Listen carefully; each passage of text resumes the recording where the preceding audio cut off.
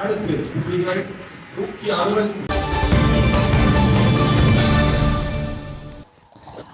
மருதமுனை அல்ஹம்ரா வித்தியாலயத்தில் பெற்றோர்கள் ஏற்பாடு செய்து நடாத்திய தரம் 5 புலமை பரிசில் பரீட்சையில் சித்தியடைந்த மாணவர்களை பாராட்டி கௌரவிக்கும் நிகழ்வு பொறுப்பதிபர் முகமது நியாஸ் தலைமையில் பாடசாலையின் பிரதான மண்டபத்தில் நடைபெற்றது.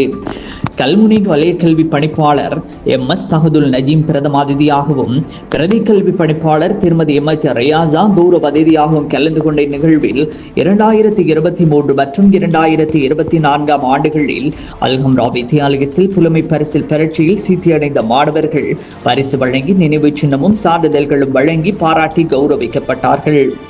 மாணவர்களின் கலை கலாசார நிகழ்வுகளோடு நடைபெற்ற இந்நிகழ்வில் மாணவர்களுக்கு கற்பித்த ஆசிரியர்களும் கௌரவிக்கப்பட்டார்கள். கடந்த ஆண்டு வெளியான கல்வி பொது தராதர சாதாரண தர பரீட்சையில் கல்முனை கல்வி வலயம் அகில இலங்கை ரீதியில் 2ஆம் இடத்தை பெற்றுக்கொண்டமை பாராட்டி பாடசாலை சமூகத்தினரால் வலய கல்வி பணிப்பாளர் பாராட்டி கௌரவிக்கப்பட்டார். இந்நிகழ்வில் பாடசாலை அபிவிருத்தி சங்க செயலாளர் நஸ்ருத்தீன், பழைய மாணவர் சங்க செயலாளர் வசீம் உட்பட அபிவிருத்தி சங்க உறுப்பினர்கள், பழைய மாணவர் அமைப்பின் உறுப்பினர்கள், ஊடகவியலாளர்கள், பெற்றோர்கள் என பலரும் கலந்து கொண்டனர்.